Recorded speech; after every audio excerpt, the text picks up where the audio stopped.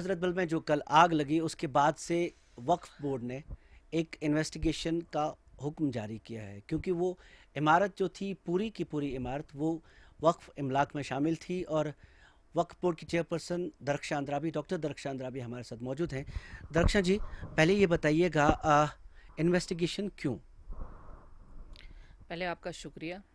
Investigation اس لیے کیونکہ وہ سارا جو وہاں پہ ایسٹ ہے، جتنی بھی بلڈنگس ہیں وہ وقف کا املاک ہے.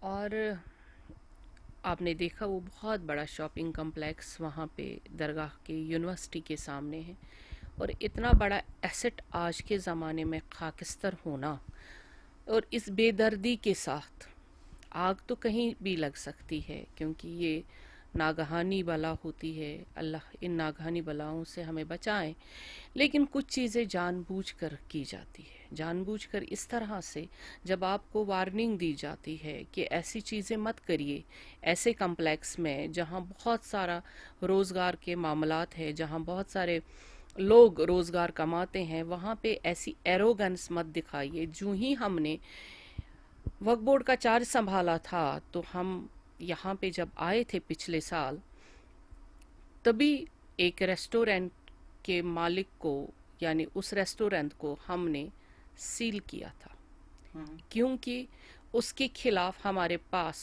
بہت ساری شکایتیں آئی ہوئی تھی، تو ہم نے ان کو سیل کو آرڈر دیا تھا. ابھی اس دن ہمیں جمعہ 8 ہی دن ہو گئے تھے چارج سنبھالتے ہوئے، لیکن بدنصیبی یہی تھی کہ وہ اسر و رسوخ والا بندہ رہا ہے، کیونکہ ہم نے کبھی دیکھا نہیں، بالمشافہ ان سے کبھی ملاقات نہیں ہوئی ہے.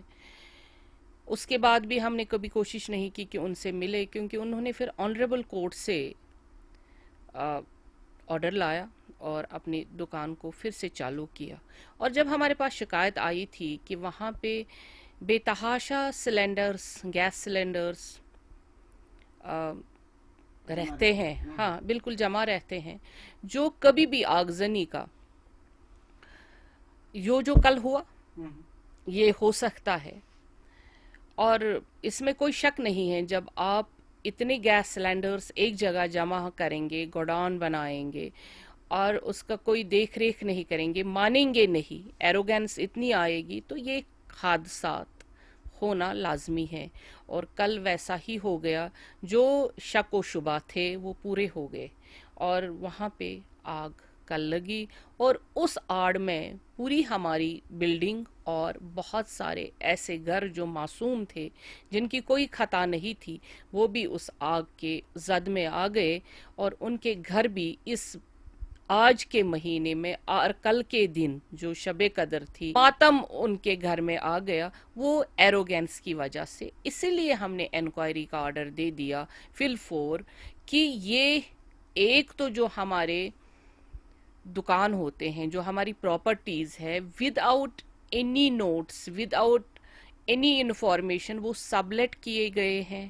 اور یہ جو سبلیٹ کا معاملہ ہے، کس نے کیا ہے، اس میں کون ملوث ہے، اس میں ہمارے وقف کے کتنے ملازم ملوث ہے، اس میں وقف کا کون سا ایسا انفلوئنشل آفیسر اس ٹائم پہ رہا ہے جنہوں نے سوچ سمجھ کر آنکھیں بند کر دی ہے اور ایسے کام کیے ہیں. یہ کیوں؟ مطلب یہ کہ ایک تو لاپرواہی کی آپ جانچ کر رہے ہیں، دوسری یہ کہ یہ پراپرٹی سبلیٹ ہوئی ہیں، اس کا پورا حساب لگائیں.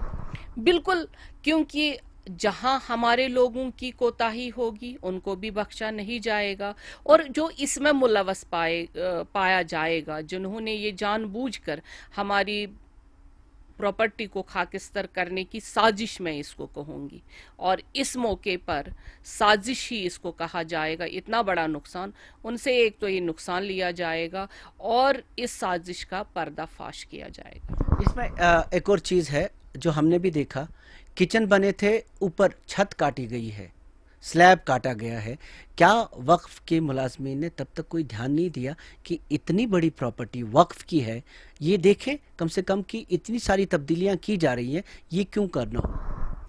دیکھیے جناب، جب ہم سے یہ जिन्होंने, क्योंकि हमारे टाइम पे अभी आपने देखा 1 साल में जो भी हमने ऑक्शंस किया या नए तरीके से हम जो भी देते हैं, बाज़ाब्ता एक रेंट डीड के तहत एक लीज ऑक्शन की तरीके से क्लियर और क्रिस्टल तरीके से हम देते हैं, जो भी हम ऑक्शन आउट चीज़ें कर लेते हैं और उसमें शराइत बराबर होते हैं।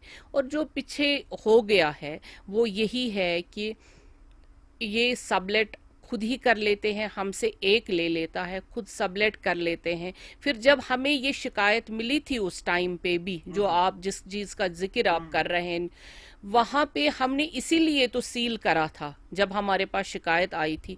लेकिन ये असरो रसूख वाला बंदे थे, इन्होंने हमें कहाँ कहाँ से फ़ोन नहीं कराए, तब भी हमने नहीं माना। फिर ऑनरेबल कोर्ट ने इनको वो ऑर्डर दिया, तो उसके बुनियाद पर ये बैठे थे।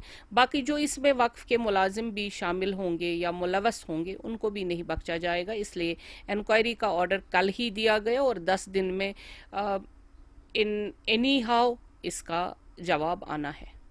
एक और चीज़, जो घर पीछे है, वक्फ की प्रॉपर्टी वक्फ वाले नहीं संभाल पाए, जो भी अफसरान होंगे उन पे कार्रवाई करेंगे आप, आपका कहना है। पीछे घर हैं, कई लोगों के घर जले हैं, क्या उनको कोई रिलीफ मिलेगी? देखिए, गवर्नमेंट से हम कहेंगे कि उनको रिलीफ का तो वो होना चाहिए, क्योंकि वो मासूम है और उतने अमीर बेचारे नहीं हैं।